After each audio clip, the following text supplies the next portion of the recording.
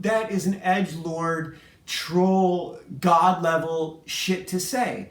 It reminds people that this is white culture and that you're guests here. You are guests in white culture, and we can take it back anytime we want.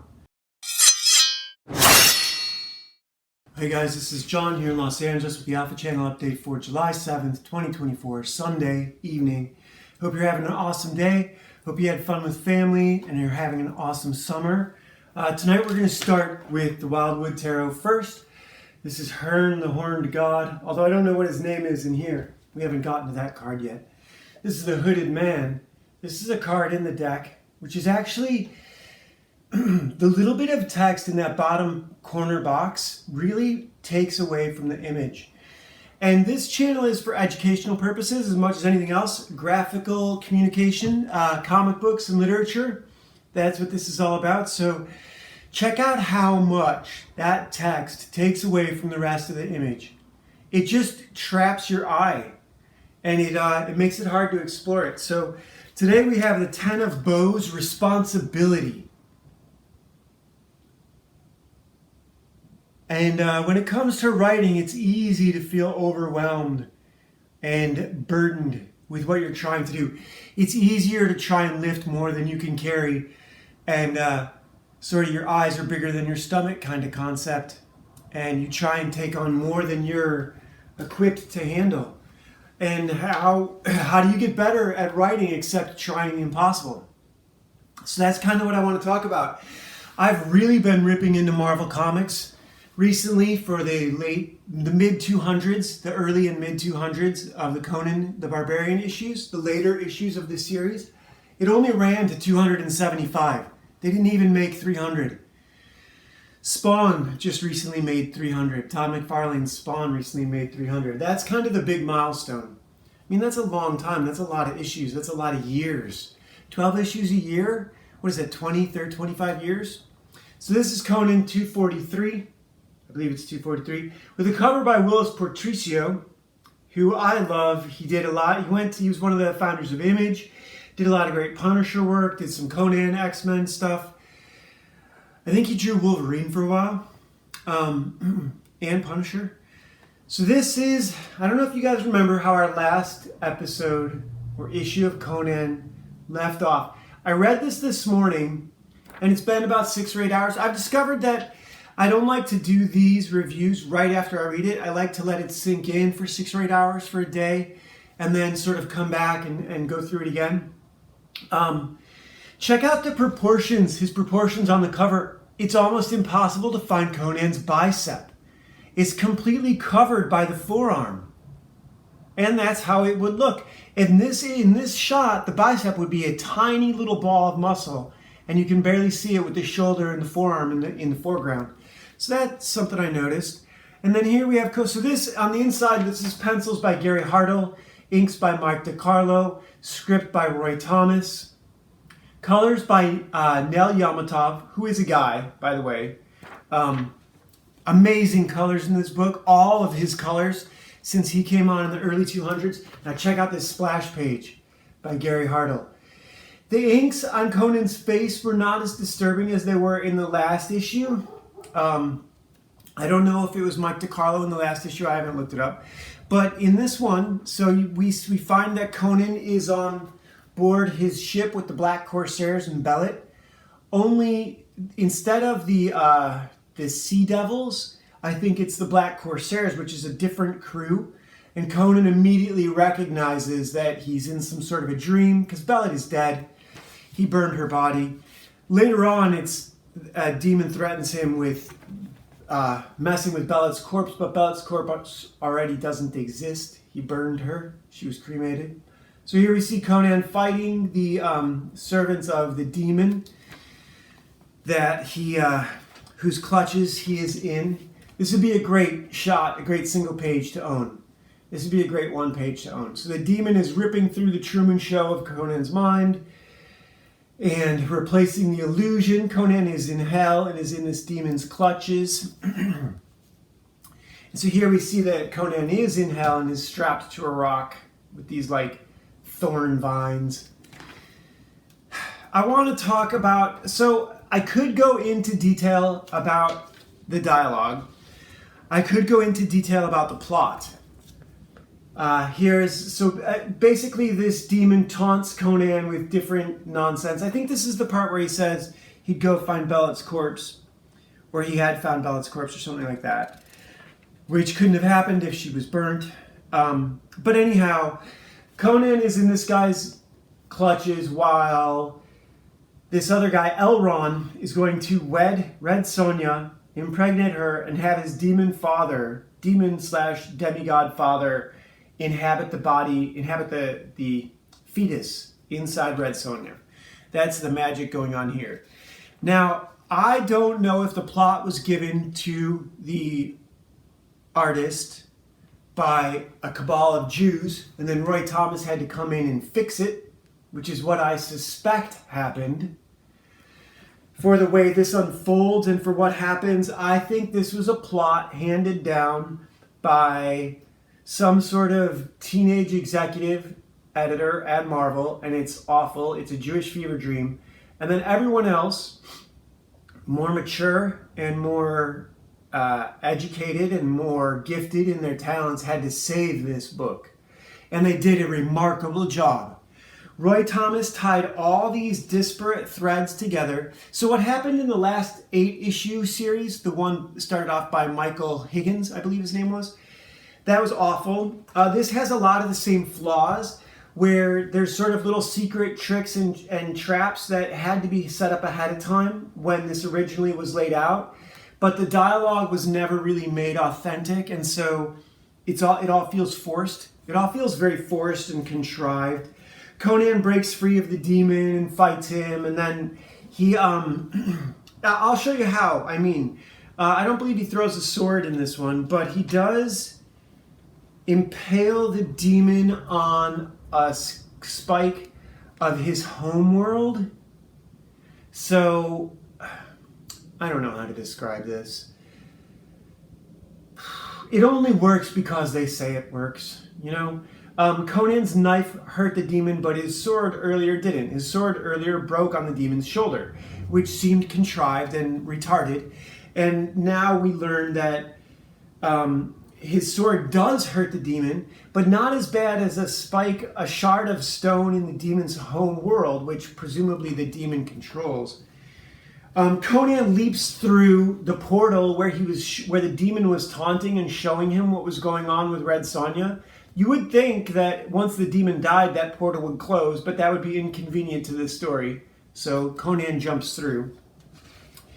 And now Conan is fighting the guards and Elrond, and suddenly Red Sonja wakes up to help him, because what kind of story would it be if she remained mesmerized and hypnotized? Although why she wakes up is anyone's guess. They have a good old fight in the throne room. I don't know if Conan kills the Elrond character or... Oh no, he kills him, but then the god being takes over the corpse, so then Red Sonja has to kill him too, or Red Sonja gets to fight him is a better way to look at it. This, I think, is Roy Thomas. I don't know. Maybe this was set up this way from the beginning. Then all of this guy's demons, is this just happening now? Yeah. So now all of this guy's border demons show up and they have to fight them off too. So basically the whole cast makes a reappearance. If this were a play, this would be a masterfully done play. If this were executed in 90 minutes and it was all one issue, it would be really good. But because it's spread out over 3, and because it seems like no one really knows what's going on, this is sort of a Conan Shakespeare. This is kind of a Much Ado About Nothing, where the bride is going to marry someone she doesn't love, and she doesn't necessarily love Conan either. But the whole, and they expose how the whole, this guy had... Oh yeah, Red Sonja has been paid by the priest to kill this Elrond character, and the whole thing about him beating her was she had let him beat her. He had not really beaten her, and that's why Conan was able to kill him so easily. So all these little pieces are starting to feather together. All these what were disparate, sort of what felt like broken plot pieces in the last 2 or 3 issues are all tying together really, really, really well in this. This is like master craftsmanship on the part of Roy Thomas, but the setup was shit. The setup turned people off to the book. I know, at this point in my life, I recognize that as a target audience, my judgment of this is absolutely relevant. So this was a huge mistake, the way this book was presented, the way this book was done.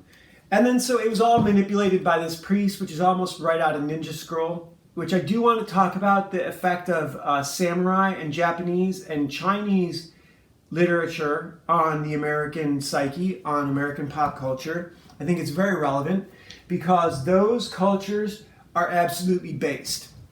Their literature has no Jewish influence the way ours does for the last 70 years. That's why that's why kids love anime. It's not the art, it's the stories.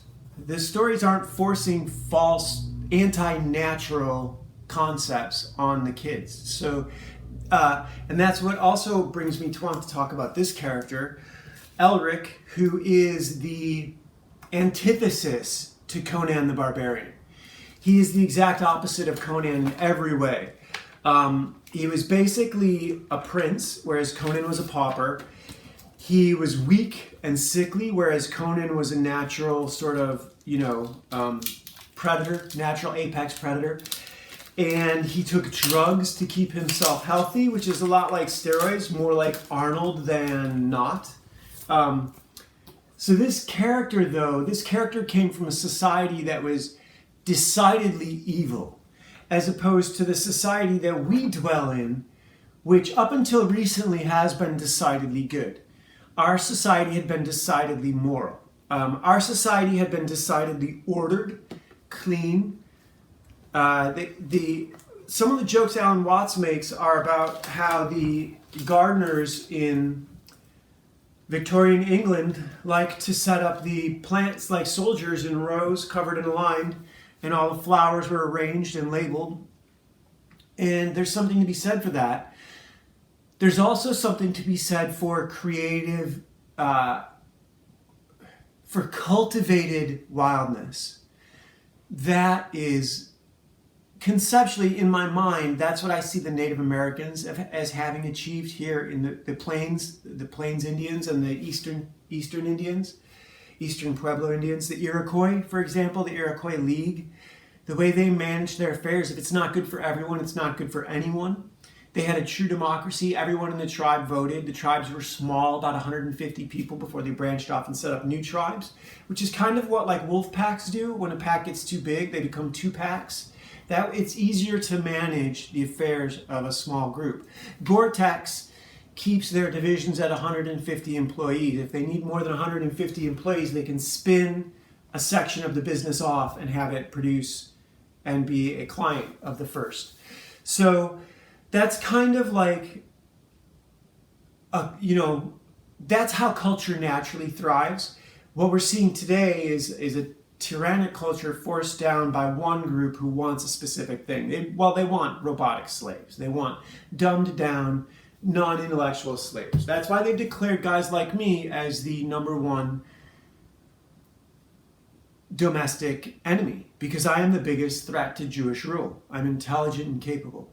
And that's something that I don't have to be racist. You see what's going on. So, yeah. Which brings me to something else I want to talk about. The story of Brisingamen. Brisingamen was a necklace forged by dwarves, and the way to start it really is Freya, the Aesir goddess or Vanir goddess. I'm not sure. I think Freya was a Vanir. Frey and Freya were both Vanir. And she was out interacting with, not the frost, well, I guess they would be frost giants. In turn, these would probably be Russians from the steppes. And they had jewelry, really fancy gold and silver jewelry that they had gotten from the dwarves. Essentially the craftsmen of Middle Europe, or of Southeastern Europe. And those were the people who became today what are known as Ashkenazi Jews.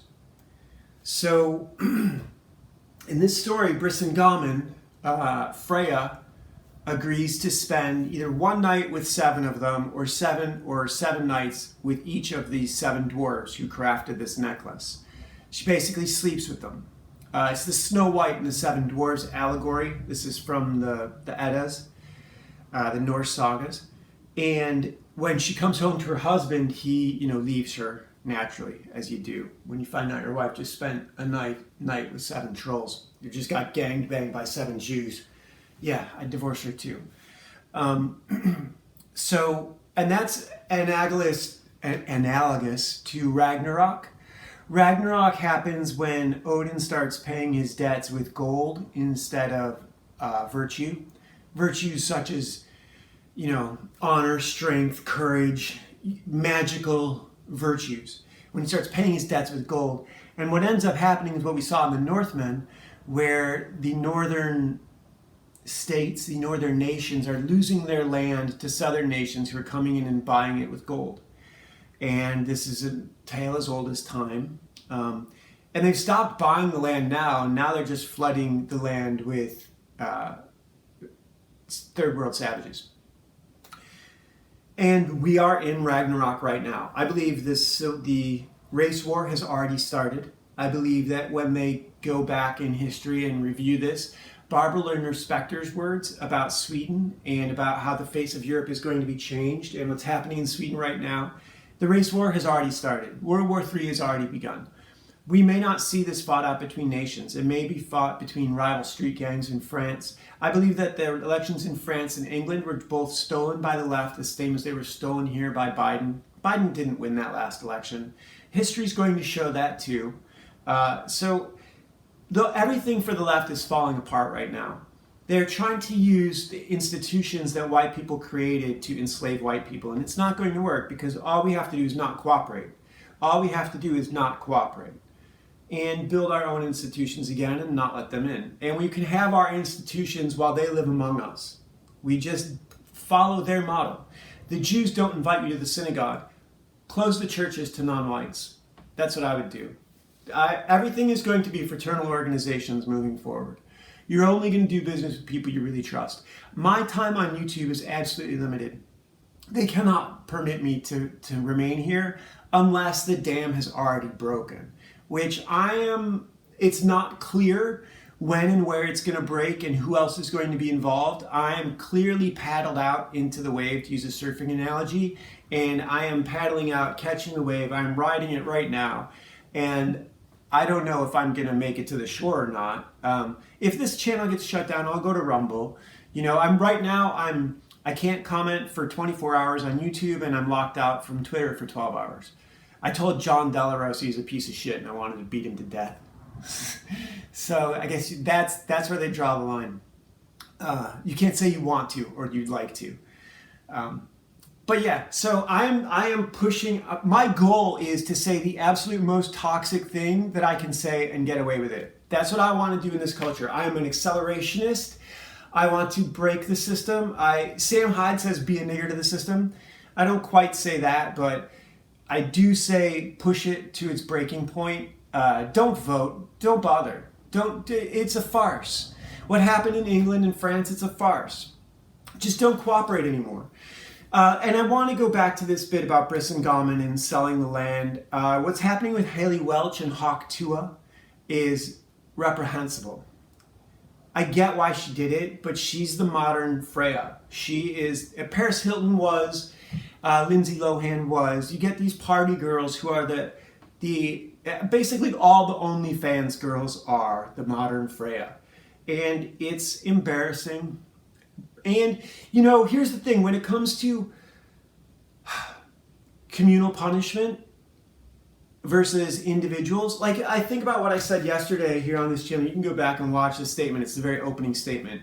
Now, would I say that about like awesome skaters and artists? Certainly not. Would I say it to their face like I think blah, blah, blah, you should be executed for speaking English? No, that is an edgelord, troll, god level shit to say. It reminds people that this is white culture and that you're guests here.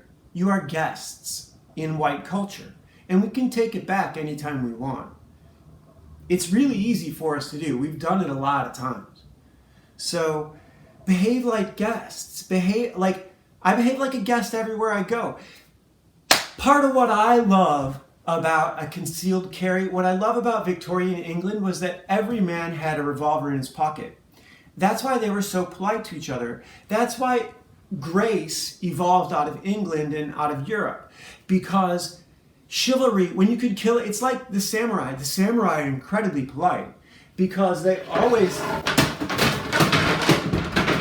samurai were always incredibly polite because they always had the equivalent of a gun right next to them. This one has snaps. So when you have that, it forces people to be polite.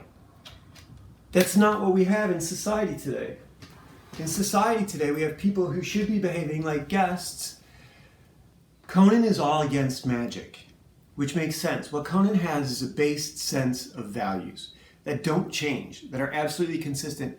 You can't say that he grows as a character, but he can grow and then forget. There's a way to do that. You can do the same sort of thing with Batman. You just have to create challenges for them where the dilemma enhances their character in a way that it deepens their character. They're still the same, but it gives them more depth. And that's what they wrote with Elric. So Elric was this character who was incredibly frustrated. This is a really good story in that he is sort of the weakling of his clan, and he's kind of Rudolph the Red-Nosed Reindeer. They're all more evil and tough than he is, and he has to out-evil them and prove himself. Whereas Conan when Conan walks into the room, he is the gun in the room, right? He is the sword. He is the one you have to be polite to. And what's amazing about the Conan stories, what's so good about them, what really is great for the audience, is that Conan is, and I heard someone else say this, so I can't really take credit for it. He's the alpha pack leader, and when you're in his pack, he protects you. You're protected by him, as long as you don't betray him. Now, I'm not going to go into how this entire series was handled, but you can find lots of examples of how this is done well. Red Dawn with Patrick Swayze. Patrick Swayze in that movie is the perfect alpha big brother Conan character. He's the same thing in Point Break with Keanu Reeves. He's a little bit more Elric in that he is challenging his guys to, commit crimes. So where am I going with all this? Where I'm going with all this is white culture is the culture in which all of you swim. Warhammer, I'm on book 24 right now of Warhammer, and they are exploring the differences between Angron, who's a rage-based Primarch, and I believe it's Raboot Gilliman, or maybe one of the others. It might be Lord Lothar. I know it's not Lorgar. It doesn't matter. But the point is you have one very disciplined legion and one berserker legion, and the berserker legion is constantly going, attacking the enemy where they're strongest, getting 70% attrition rates. They get to the center faster, but then other legions have to come in and back them up, and they end up losing more than they need to if they went at the attack with a more disciplined plan. And that's the same struggle I have in my own life every day. Half of me is a total berserker and half of me is disciplined. And I think it's the left half that is the berserker, the artistic half, and the right half, the left half that's logical, which is the left hand, the right brain, and the right brain, which is the right hand, which is the left brain, that is the engineer. And these two are constantly in conflict. And in literature, that's fun to explore.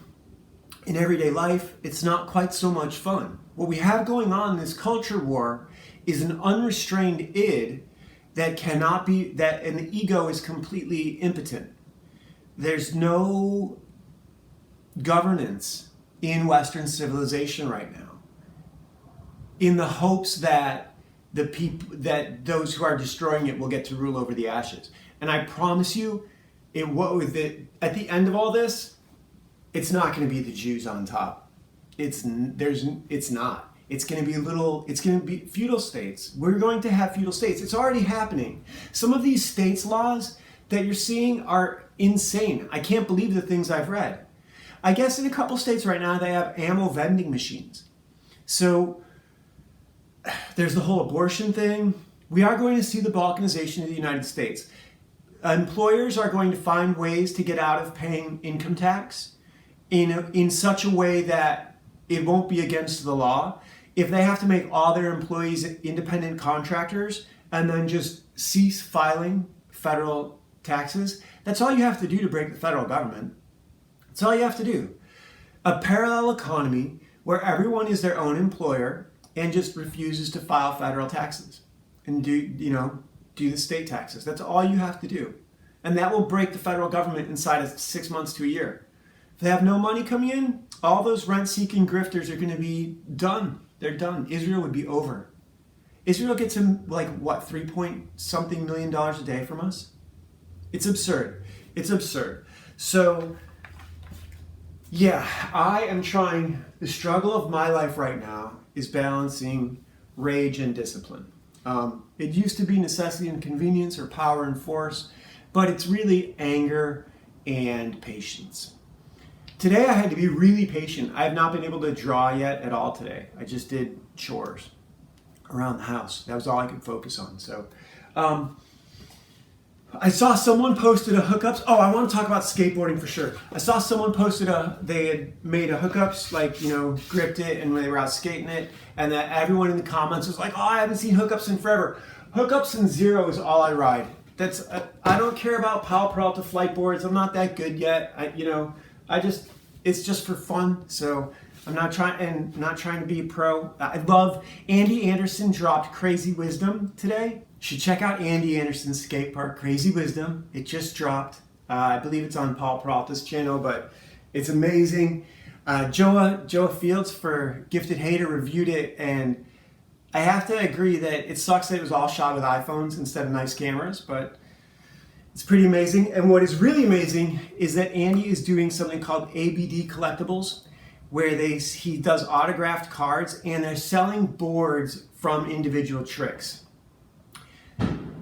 The way Andy does his tricks, each board is almost custom designed for the trick. In some cases, like the S-Rail, he did a dark slide over an S-Rail, and he had to see that's one of the boards that he's selling, or that ABD Collectibles is selling. You can buy the one that he used to do the trick. He wanted to set it up as like an art display where you could have screens showing the trick and then the board and something from the location, but I don't know if they're going to do that or not. But that seems like a lot to do for a skate park. I'm sure you could get away with it in Venice, but anyhow, clearly we're done for tonight.